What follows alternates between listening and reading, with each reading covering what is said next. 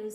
Retail staff जो होता है उसे क्या क्या कार्य करने होते हैं, रिटेल स्टाफ जो होता है वो होता कौन है, और रिटेल मैनेजर जो होता है, मैनेजर बनने के लिए उसे क्या क्या करना होता है, क्या क्या उसकी क्वालिफिकेशन होनी चाहिए, कितनी उसकी सैलरी होती है, ये सब हम आपको इस वीडियो के अंदर बताने जा रहे हैं। क्योंकि किसी भी शोरूम के अंदर या फिर रिटेल स्टोर पर जॉब मिल सकती है आपको आसानी से, किसी खास किस्म के कोर्स की जरूरत नहीं होती है करने के लिए, लेकिन सबसे ज्यादा जरूरत होती है टैलेंट की और आपके बिहेव की, कि आपका बिहेव किस तरह से अच्छा है, जो आपके जो रिटेल प्रोडक्ट आपको करने हैं वो किस तरह से आप कर सकते हैं।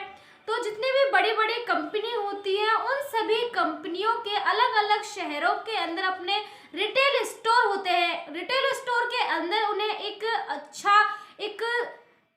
जिम्मेदार मैनेजर, जो कि रिटेल मैनेजर होता है, उसकी जरूरत पड़ती है। रिटेल मैनेजर जो होता है उसकी जो कार्य होता है उसका कार्य ये होता है कि उसका जो स्टोर है जहाँ का उसे मैनेजर बनाया गया है, स्टोर के अंदर जितनी भी एक्टिविटी होती है सभी की जिम्मेदारी मैनेजर के ऊपर होती है। सबसे मुख्य बात मैनेजर के लिए ये होती है कि उसके स्टोर के अंदर जितनी भी एक्टिविटी होती है उसको मैनेज किस तरह से करना है, वह सब मैनेजर की जिम्मेदारी ही होती है। स्टोर मैनेजर का जो काम होता है वो ये भी होता है कि अपने स्टोर के, अपने शोरूम के अधिक से अधिक जो प्रोडक्ट है उनको सेल किस तरह से वह कर सकता है, और अपने ग्राहकों को, अपने कस्टमर को अच्छी सर्विस वह कैसे दे सकता है, और जो उनके कस्टमर होते हैं, जो ग्राहक होते हैं, और उनकी बातों को समझने के लिए उनके बिहेव को किस तरह से वह समझ सकता है, अच्छी सर्विस उनको प्रोवाइड करा सकता है। और सबसे अहम बात ये कि मार्केट के अंदर क्या ट्रेंड में चल रहा है, किसको लोग ज्यादा खरीद रहे हैं, इस बात पे भी मैनेजर को ध्यान देना होता है, और वही प्रोडक्ट उसे अपने शोरूम के अंदर, अपने स्टोर के अंदर मैनेज भी कराने होते हैं। अगर आप भी एक स्टोर मैनेजर या स्टोर स्टाफ बनना चाहते हैं तो उसके लिए आपकी क्वालिफिकेशन क्या होगी वह जान लें। 10वीं कक्षा के बाद रिटेल मैनेजर में सर्टिफिकेट या डिप्लोमा में प्रवेश लेकर ट्रेनिंग पूरी करें। दूसरा यह है कि किसी भी स्ट्रीम में 12th क्लास पास करें और रिटेल मैनेजर में ग्रेजुएशन डिग्री BBA की पढ़ाई पूरी करें।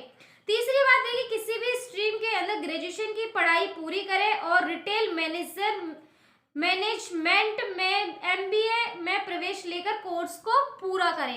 डिग्री या डिप्लोमा कोर्स को पूरा करने के बाद आप रिटेल स्टोर या शोरूम वाली कंपनियों से संपर्क कर सकते हैं जॉब के लिए। भारत में रिटेल स्टोर कर्मचारी के प्रशिक्षण के लिए बहुत सारे ऐसे संस्थान हैं, ऐसी कोचिंग है जहां पर आप अपने इसकी पढ़ाई को कर सकते हैं, कोर्स कर सकते हैं। और अगर आप रिटेल स्टोर के जो मैनेजर होते हैं या फिर स्टाफ होता है, अगर आपके इसने कोर्स कर लिए हैं आपने और इसकी पढ़ाई पूरी कर ली है, उसके बाद आपके पास जो जॉब के अवसर होते हैं वो किस किस जगह पर आप जॉब कर सकते हो, कहाँ कहाँ आपकी जॉब लग सकती है, वह भी जान ले। आज के समय में रिटेल इंडस्ट्री तेजी से बढ़ रही है और रिटेल कर्मचारियों की हमेशा मांग रहती है, इसलिए आपके पास इस क्षेत्र में सफल होने के कई सारे अवसर हैं, लेकिन आपको दूसरों से बेहतर प्रदर्शन करना होगा।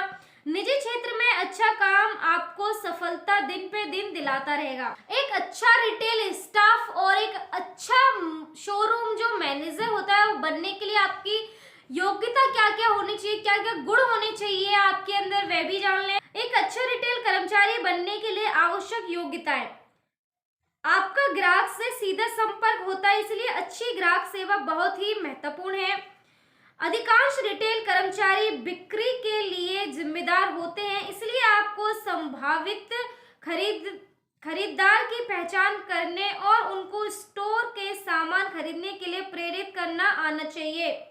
आपको स्वयं की बिक्री के साथ साथ अपनी टीम के सदस्यों को भी कुशलता से काम करें और बिक्री के लक्ष्य प्राप्त करने के लिए प्रेरित करना आना चाहिए। यानी कि आप जहां पर भी काम कर रहे हैं, या तो आप मैनेजर हैं शोरूम के या स्टोर के, या फिर आप स्टाफ हैं वहां के, तो सबसे पहले आपको जो आपके कस्टमर आते हैं उनसे बातचीत करनी आनी चाहिए कि आप अपने कस्टमर को अपने प्रोडक्ट्स खरीदने के लिए किस तरह से उनको प्रभावित कर सकते हैं कि वह अपने शोरूम से या फिर अपने स्टोर से किस तरह से प्रोडक्ट खरीद सकते हैं। दूसरी बात यह है कि आप उनको बेहतर से बेहतर सर्विस किस तरह से प्रोवाइड करा सकते हैं, ये भी आपको ध्यान में रखना चाहिए।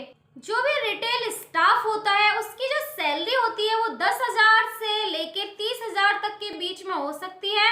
30,000 के बीच में हो सकती है। आपको सिर्फ ध्यान रखना है कि आप किस तरह से बेहतर बन सकते हैं, वह आपके ऊपर निर्भर करता है।